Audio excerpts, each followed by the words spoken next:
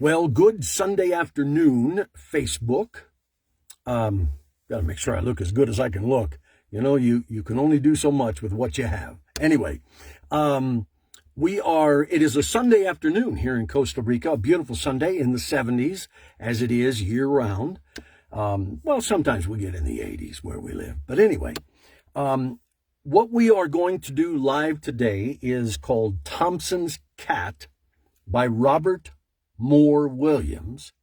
I love this story. It's a good one. It will be hopefully later today. I'm guessing that this story will be about 35 minutes, give or take. That means it'll take me an hour and a half to 2 hours to record, provided the voice is all good and everything is wonderful. And then it will take 2.5 to 3.5 hours to edit. So hopefully, if you're watching this live now, let's see, I'm guessing around 10 p.m. U.S. Central Time, this story will make its debut on the Lost Sci-Fi Podcast. It'll be episode number 481, on our way to 500 for our 4th anniversary, which is February 24th. So we got not a lot of time, and we got 20 more stories to do. So for this live recording, I'm not going to probably stay long because I'm under the gun a little bit to get this done. And of course, remember that what you are hearing now does not go through my microphone and through our recording software. What you're hearing now just goes through the little built-in microphone on the telephone. So, and if you're watching this and it's recorded, thank you for watching. We appreciate you. By the way, I wanted to mention one other thing. We are so thankful. We had a milestone yesterday. We had more listens in a 24-hour period yesterday than we have ever had before. And if you go back a week ago, we had 20% more listens than we had a week ago. Now, we've been trending upward, and so thank you for that. And for sharing. I love that so many of you feel good about what we're doing. You share it with family and friends and people you know. You share it on social media. So we thank you for all of that. That's just really tremendously appreciated. Okay, enough of all that. Don't want to use up all my voice in advance of actually recording the audiobook. So this is a sneak peek, if you will, into the process. And here we go. And so when I make a mistake or I'm not happy with the way I say something, then I will go back and fix it. We call it a pickup. So I'll pick up where I left off, where it was good, and away we go. So let's do this a little bit. I love this story. It's a dead world, Thompson spoke. There was, there you go. See, that happens. So let's start again. It's a dead world, Thompson spoke. There was awe in his voice. And in spite of his sure knowledge that nothing could happen to him or to his crew. Well, that's not good. Okay, I had some caramel popcorn earlier, and that's probably a husk and more information than you wanted, isn't it? I'm sure of that. It's a dead world, Thompson spoke. There was awe in his voice. And in spite of his sure knowledge that nothing could happen to him or to his crew here on this world, there was also somewhere inside of him the trace of a beginning fear. Standing beside him on the rooftop of the building, Kirkhill spoke in a whisper, asking a question that had been better unasked. What killed it? Okay, I don't know if we had... Yeah, I can fix that. There's a little mouth noise there, but I can edit that out. What killed it? Thank you for joining us, and thank you for listening to the Lost Sci-Fi Podcast. We appreciate you. Better unasked. What killed it? Thompson stirred fretfully.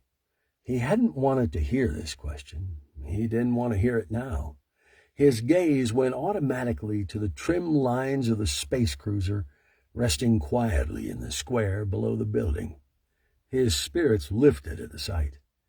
That was his ship. He was in charge of this. I don't like the way I said that. That was his ship. I'm really particular, probably more so than I should be, but I want your experience to be the absolute best it can possibly be. So,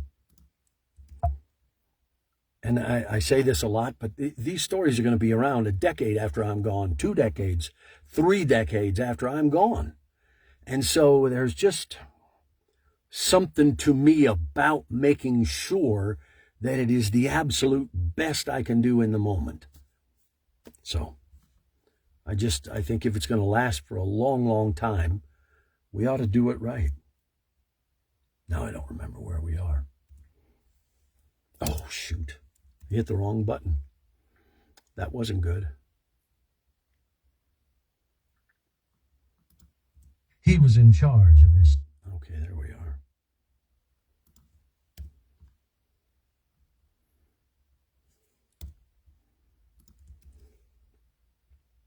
Lifted at the sight. That was his ship. He was in charge of this far-flung exploring expedition thrown out from Sol Cluster to the fringes of the universe, thrown out by Earth-sired races beginning their long exploration of the mysteries of space. Their long exploration. Kind of slurred that a little bit, you know? Or at least it sounded that way in my head. Beginning their long exploration. Got a little bit of a breath there. Got to cut that out. Exploration. There we go. Long exploration. Where are we? Tired races beginning their long exploration of the mysteries of space and of the worlds of space. There was pride in the sight of the ship and pride in the thought of belonging to this space-ranging race. Then his gaze went over the deserted city, radiating in all directions from them. No, don't like how I said that. His gaze went over the deserted city. Now I'm going to start back farther a little. Race.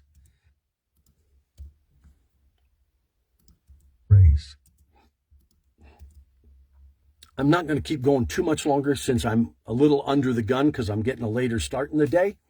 So, we'll just do a few more minutes. Let's see how it goes. Thought of belonging to this space-ranging race. Then his gaze went over the deserted city, radiating in all directions from them, and he was aware again of the touch of fear. Resolutely, he turned the feeling out of his mind, began seeking an answer to Kirkill's question. This place had been a city once. If you counted buildings and streets, tall structures where people might work quietly and effectively, broad avenues leading out to trim homes, where they might rest in peace after their labors of the day, if you counted these things as being important, it was still a city. But if you thought that the important element in the makeup of a city was its inhabitants, then this place no longer deserved the name. It had no inhabitants.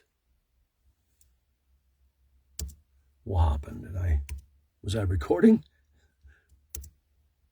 It had no inhabitants. Okay, we were recording. Hallelujah. Let's see. So if you're watching this live, we're doing a live recording of Thompson's Cat. This will be episode 481, 481 rather, of the Lost Sci-Fi Podcast, on our way to 500 for our 4th anniversary. I got 23 days after today to do 20 more episodes, so I have to churn out one a day, and it's a lot, but I'm thankful that I have the opportunity to do this. So let's see where we were. It had no inhabitants. There we go. Here we go. And if you're watching the replay and not watching it live, thank you. We appreciate you. evidence. I don't know what killed it, Thompson said. Before landing, they had circled this world. From the air, they had seen more than a dozen cities such as this one, all of them dead, all of them deserted, all of them with streets overgrown by shrubbery, the pavements buckling from the simple pressure of roots pushing upward, the buildings falling away into ruin for the same reason. But they had seen no inhabitants. They had seen the roads the inhabitants had built to connect their cities, deserted now. They had seen the fields where these people had once worked, fields that now were turning back into forests. They had seen no evidence of landing fields for aircraft or spaceships. The race that had built the cities had not yet learned the secret of wings. From the roof of the building where they stood, the only living creatures to be seen were visible through the plastic viewport of the ship below them. Grant, the communication specialist. I don't know what I said there that didn't sound right. There we go. Okay, I didn't say with the right emphasis. From the roof of the building, wings. We're going to record for just a few more minutes.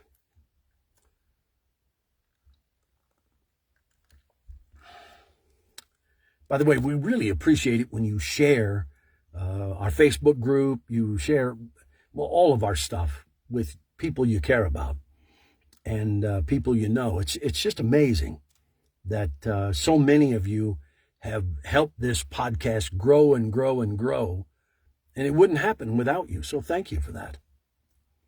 Okay. Oh, okay. Now I get my emphasis was wrong on the last paragraph. He had not yet learned the secret of wings.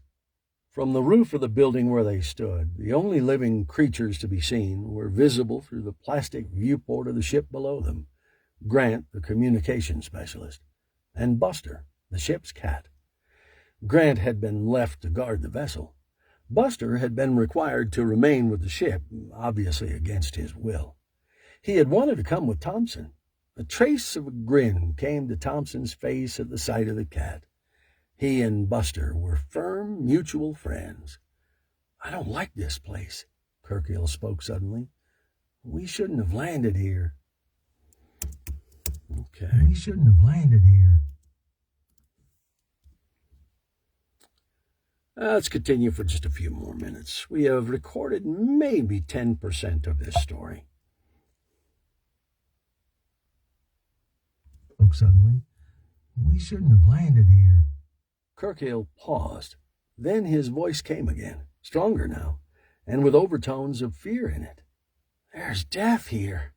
He slapped at his arm, stared around him. What happened? Something bit me. He showed the back of his hand. A tiny puncture was visible. Some insect, Thompson said. The matter of an insect bite was of no concern. Kirkhill and every other member of this expedition were disease-proof. Back in Sol Cluster, vaccines and immunizing agents had been developed against every known or conceivable form of germ or virus. Each member of the crew had been carefully immunized. In addition, they had been proofed against stress, against mounting neural pressure resulting from facing real or imaginary danger. Barring space collision or an accident on a world they were exploring, nothing could happen to them. Okay. They were exploring. Nothing could happen to them.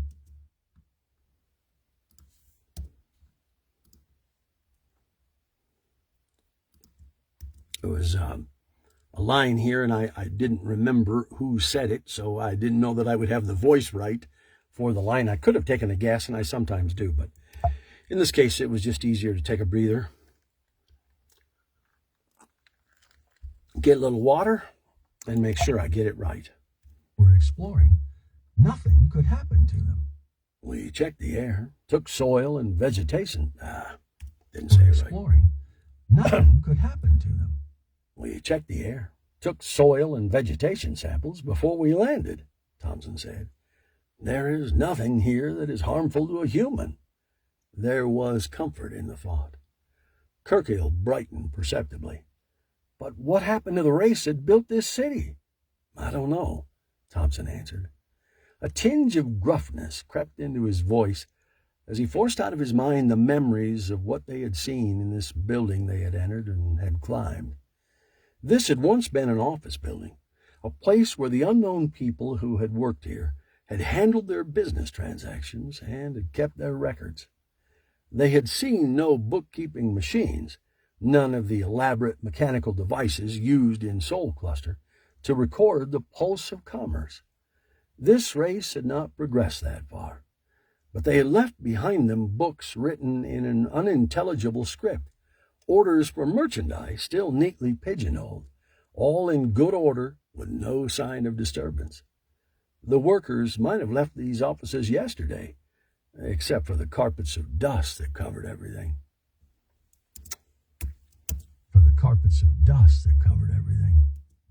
Okay. I thank you for watching us, whether you joined us live or whether you're watching the replay. Thank you. I love doing this, and I hope it comes through in my voice. I hope it comes through in the enthusiasm that I have for doing these stories, and I don't know that reverence is the right word, but I take it very seriously, what I'm doing, because it's like this permanent archive that these men and women created, sometimes 100, 200 years ago, in most cases 70 to 80 years ago, and preserves them for future generations. I think it's cool. Whether it is or not, that's up to you, but I think it's cool. The carpets of dust that covered everything.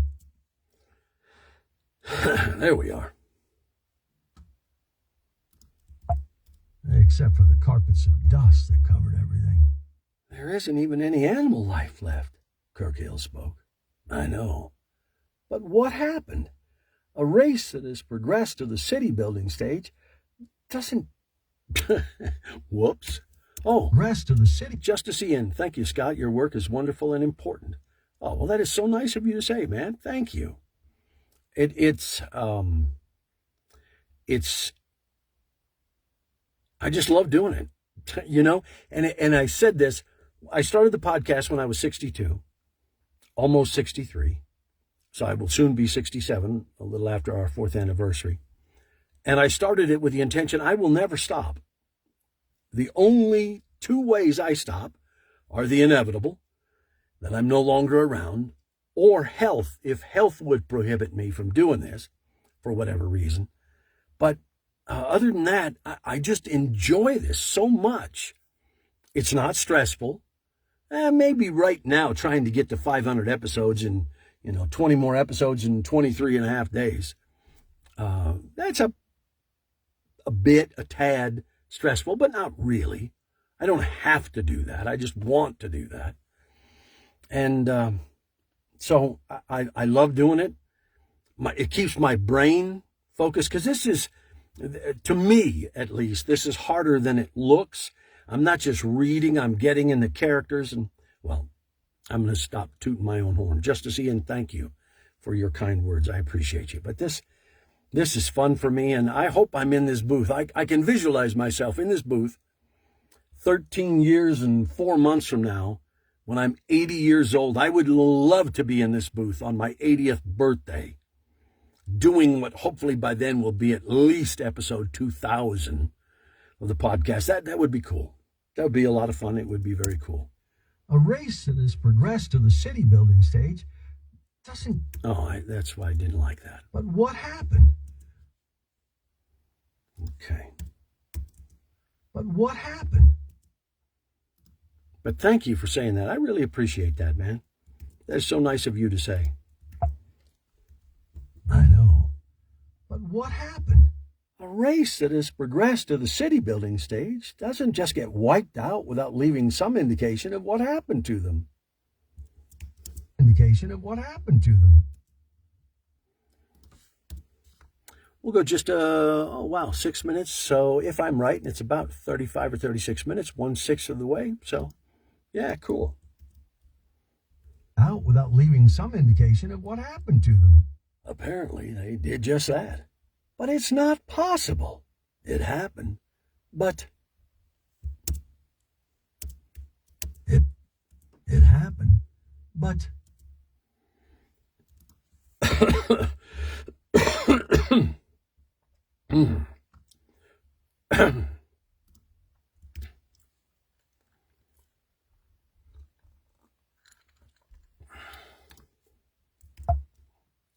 possible. It happened. But there's Neff, Thompson spoke. Far down the avenue below them, 3 figures had appeared. Neff, Fortune, and Ross. Neff, tall and slender. Fortune, round like a ball. And Ross, built square like a block of concrete. Neff saw them on top of the building. I thought I said it wrong, and I said it right. Of concrete. Neff saw them on top of the building. Shouldn't have stopped myself. Concrete.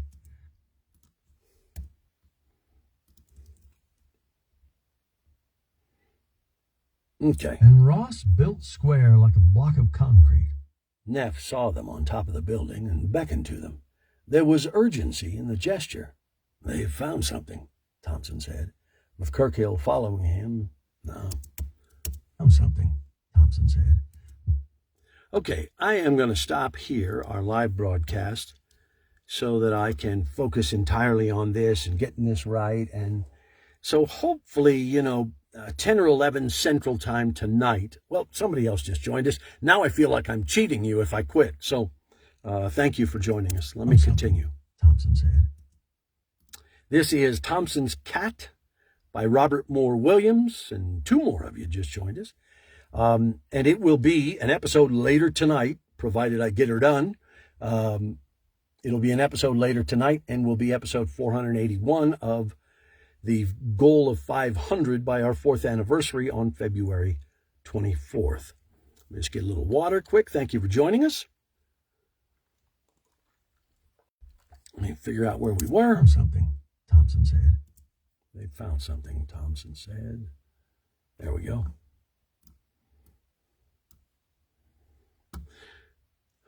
Oh. I marked my spot and then it didn't stay.